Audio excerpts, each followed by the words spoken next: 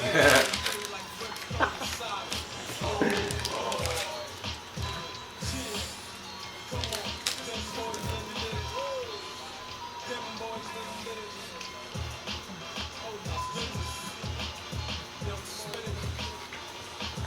Welcome to Star System Galactica, the home of ORKO, the psychotic alien, my lab where I do all my shit. Secret black bat location. I said secret black location. Secret bat location.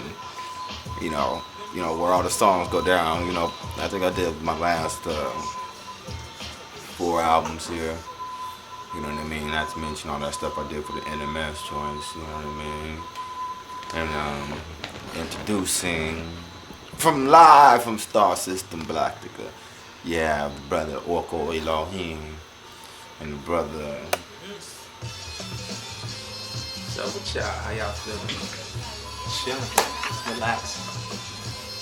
The place where the magic happens. Brother Hashim Messiah from the Infinite. Sean, what up, y'all? You know what I mean? Word. So we just doing this on a double vibe right here, just how right now I just got finished getting off from recording the Wacky Spud video. That was real nutty, you know, my man Romulus, peace out, peace and love to my man Romulus, you know, written, directed, shot, the whole nine, you know what I mean, doing that guerrilla film tactic, you know, but everything is just going real cool, man. So how you been doing, man? Pretty good, man, chilling. Yeah. We need to get down to business, man. Right. Let everyone know Aight. ORKO's back on the scene. For sure. ORKO is doing things still, not slipping. And get down to the bottom of all like the rumors, clear all those up for everybody. Let's clear everything out. Just do it, you know what I'm saying? Yeah. All the way from when you first started, man. This the true E Hollywood story. Well, excerpts from. Cause he's ORKO, bitch.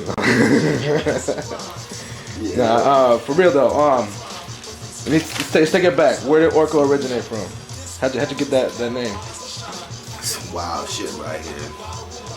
Actually, it goes back from Bell Junior High, where me and my boy Terrence, 7th grade, just sitting in the back of fucking math class, coming up with different names and shit. And for a whole week, we was coming up with different names and not doing the work the teacher said, sitting way back, you know how you do when you're young, being cool and shit.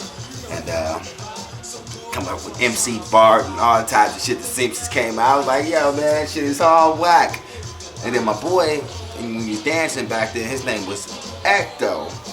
And I didn't really know it was gonna be rhyming, but when the next following days at school, we was writing down some more names, and my boy was like, ORKO, man, that should be you, like the dude from He-Man. And I was like, nah, man, ORKO, like from Planet of the Apes, like the dude that would kill the humans, like that. Cause I was like, he was thinking that, we was thinking one thing, I was thinking another, but we was all vibing on the same name, so that's where it originated. But my whole thing, I just put the 2 circles, you know what I mean, 360 and 720, you know, learning knowledge, and the second circle is like manifesting or dealing with that knowledge that you got, you know what I mean, learning how to maximize and manifest it in your daily life, you know. Word. Yeah, man. Yeah, everyone knows it from being from He-Man. Yeah, you know, it's the funniest thing is because Master of the Universe, the crew, I've been ORKO since 1991, late 90, 91, and the crew Master of the Universe didn't start until late 93, 94. Right. Because we was No Soul and House Clan originally. Right. That's where I actually got my name, on that dancing level, you know what I mean? Yeah. But rhyming at the same time, you know what I mean? That's my next question. I heard you was a dancer before you started rhyming. Oh, yeah, well, actually,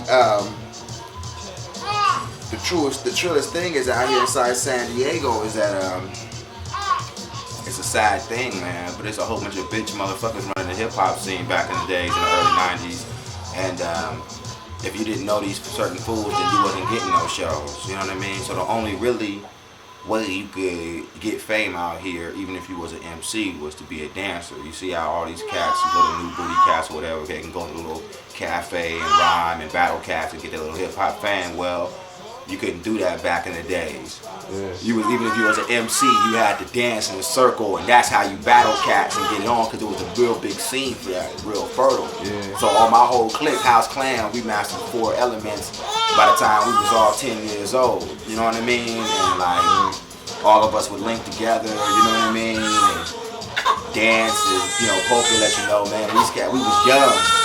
You know what I mean? We was real young, you know what I mean? All right, mama. All